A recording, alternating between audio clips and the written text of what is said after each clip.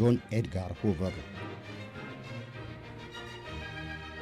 በተረኩ አንድ ጥግ እጅግ የከፋ ተንኮለኛ የብዙ ሰዎች ደም በእጃቸው ያለ ከተሰጣቸው የሥልጣን ገደብ በላይ ተጠቅሟል። የአሜሪካንን ፕሬዝደንቶች ሳይቀር የዘወሩ እኩይ ሰው የሚሏቸው ይበዛሉ።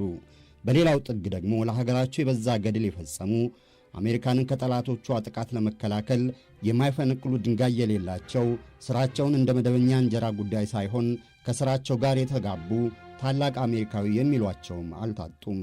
የግለሰብ ሕይወታቸውም እንዲሁ በእንቆቅልሽ የተሞላ ነው። በርካቶች ስለ ሁቨር ግላዊ ሕይወት ከሚያውቁት የሚገምቱት ይበዛል። የማይካደው ግን የአሜሪካንን የፌዴራሉ የምርመራ ቢሮ ኤፍቢአይን መስርተው ለ40 ዓመታት ያህል የመሩ ስማቸው እንኳን በመደዴው ለመጠራት የሚከብዱ ኃያል ሰው መሆናቸው ነው።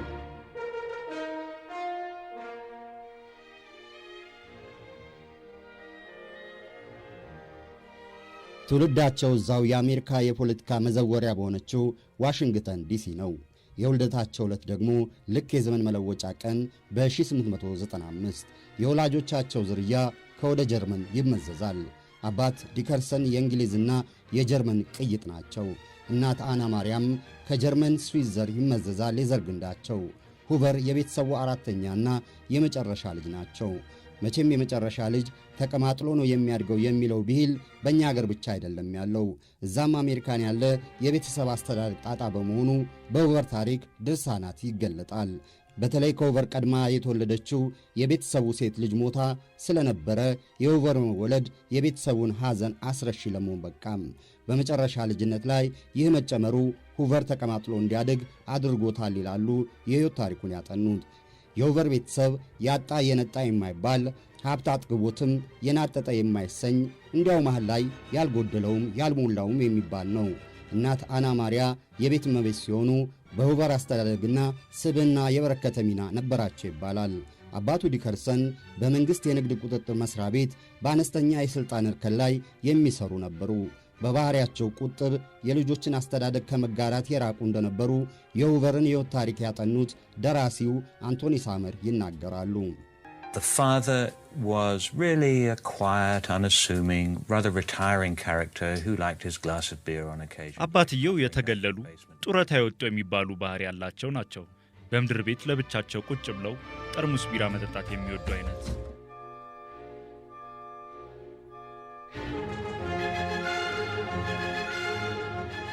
እንዲያውም አባትየው ከሥራቸው ጋር በተያያዘ የሚቆዝሙ የቤተሰቡን ነገር እርግፍ አድርገው የረሱ ናቸው።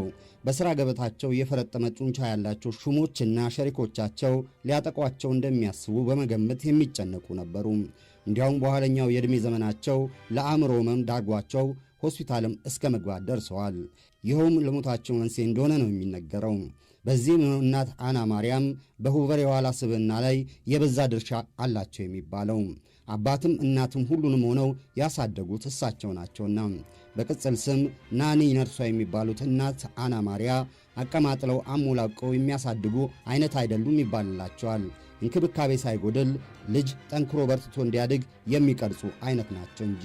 የቅርብ ዘመዳቸው ዶርሴ ቤትኒም እንዲህ ይገልጿቸዋል። Nanny was not the kind that would put her arm around you and kiss you and say, I love you, I'm proud of you or anything like that. መቼም የሁቨር ቤተሰብ ስሜታዊ ቀረቤት አላቸው ብዬ አይሰማኝም። ናኒ ዙሪያ ጥምጥም የምትሄድ እወድሃለሁ፣ አከብርሃለሁ የመሳሰሉትን የምትል አይነት አይደለችም። ጥሩ ነገር እንድታደርግ እፈልጋለሁ፣ ምን እያደረግክ ነው፣ መልካም፣ ያ ጥሩ ነው፣ ደስ ብሎኛል የምትል አይነት ሴት ናት እንጂ።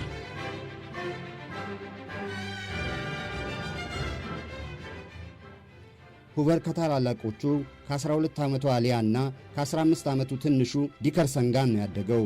በዋሽንግተን ማዕከል አቅራቢያ በ6 ዓመቱ መደበኛ ትምህርቱን የጀመረው ሁቨር ካቻ ጓደኞቹ ጋር ለመቀላቀል የቸገረው ነበር። ምክንያቱ ደግሞ ጭምተኛነቱ ነው። እናም ከትምህርት ቤት መልስም ከልጆች ጋር የሚጫወት ሳይሆን ከእናቱ ጉያ የማይለይ ልጅ ሆነ። በቤተ ክርስቲያን ለፈጣሪ የሚዘመር የምስጋና መወድስን አብረው እስከ ማዜም የደረሱ ነበር ቅርበታቸው። Hoover was very close to his mother. I think if you look at the family, it becomes apparent that ሁቨር ለእናቱ እጅግ ቅርብ ነበር። እንደማስበው ቤተሰቡን ከተመለከትከው ትንሹ ሁቨር ከታላቁ ዲከርሰን ይልቅ እድሜያቸው ለገፉት ወላጆች የትኩረት ማዕከል።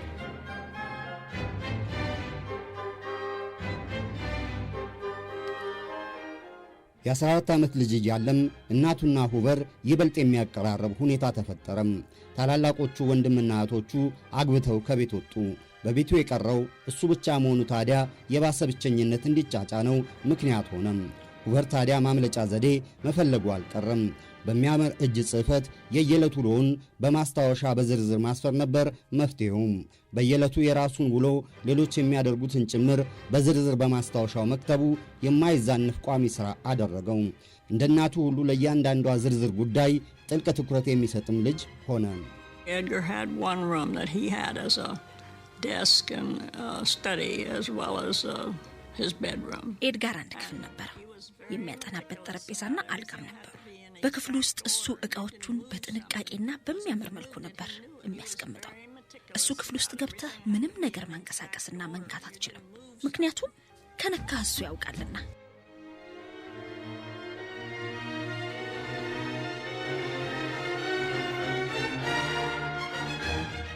ዕድሜው 13 ዓመት በደረሰ ጊዜ ዘ ዊክሊ ሪቪው የምትሰኝ የመንደር አይነት ጋዜጣ ጀመረ።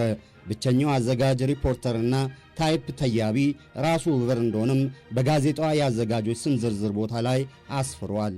የጋዜጣዋ ትኩረት ደግሞ የአካባቢው ሕዝብ የዕለት ከዕለት ኑሮ ነበረ።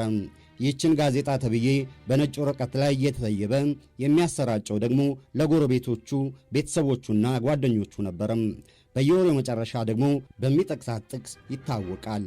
ጥቅሷም ፍላጎቱ እስካለ ድረስ መንገድ አለ የምትል ነበረች።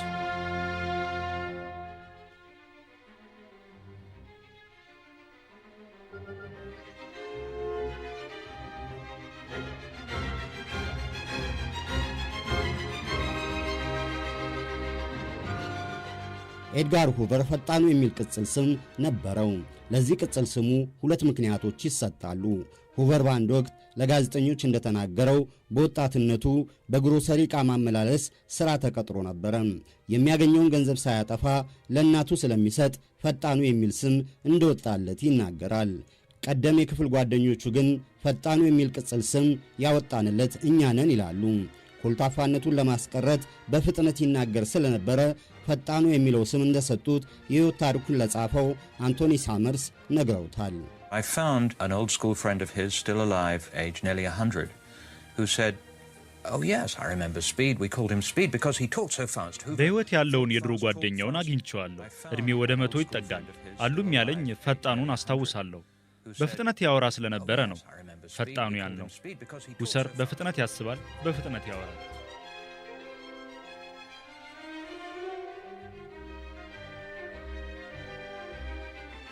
በኤድጋር ሁቨር ስምና የበዛውን ስፍራ የሚይዙት እናቱ አና ማሪያ ልጃቸው ከፍ ወዳለ የሥልጣን ማማ ይወጣ ዘንድ ፍላጎታቸውም ነው። ይህም በመፈለግ ብቻ አላበቃም። ኤድጋር 14 ዓመት ሲሞላው ሴንትራል ከፍተኛ ደረጃ ትምህርት ቤት አስገቡት። ትምህርት ቤቱም የምክር ቤት አባላትና የዲፕሎማት ልጆች የሚማሩበት በመሆኑ ይታወቃል። ይህም ከመደዴው የሠራተኛ ማኅበር ወደ ከፍ ያለ የሥልጣን ማማ የሚያበቃ የመደብ ክፍል ይቀላቀልላቸው ዘንድ አስበው ነው እናቱ ያደረጉት። ኤድጋርም በትምህርቱ ከፍ ያለ ውጤት በማምጣት የእናቱን ፍላጎት ለማሳካት የሚተጋም ሆነም። በፈረንሳይኛ በእንግሊዝኛና ሂሳብ የሚደፍን ተማሪ ነበረ። በቀለም ትምህርቱ የመትጋቱን ያህል በስፖርቱ ብዙም የለበትም። በተቃራኒው የክርክር ክበብን በመቀላቀል ያመክኖ አተናተን ብቃቱና አንደበተ ርቱዕነቱን ያሳይ ጀመረ። የሚገርመው ይከራከርባቸው የነበሩ ርዕሰ ጉዳዮች የአሜሪካ ሴቶች የመራጭነት መብት አይገባቸውም፣ የሞት ፍርድ ሊቀር አይገባም የሚሉ መሆናቸው ነው። ግን በብቃት ተከራክሮ ተቀናቃኞቹን በማሸነፍ ነጥሮ ወጣ። He was a man who had a meticulous mind, and he learned at an early age that a person with that kind of mind እሱ ሀገሮችን በየአይነቱ ማደራጀት የሚችል ሕሊና ያለው ነው። እናም ከልጅነቱ ጀምሮ መረጃን እንዴት መጠቀምና መቆጣጠር የሚችል ሕሊና ያዳበረ ነው። ይህም የሕይወት ጥሪውን እንዲያገኝ ረድቶት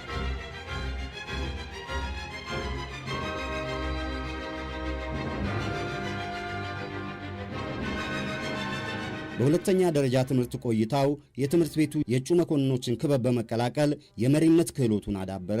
በወታደራዊ ሥልጠና የበቃ ሆኖ የቡድኑ መሪ እስከመሆንም በቃ። በእጩ መኮንነትም ሆነ በሁለተኛ ደረጃ ቆይታው ኤድጋር ሁቨር እንደ ጎረምሳ ከሴቶች ጋር ሊወዳጅ የሚጥር ሳይሆን በተቃራኒው ከሴቶች ፍጹም የራቀ ነበረ።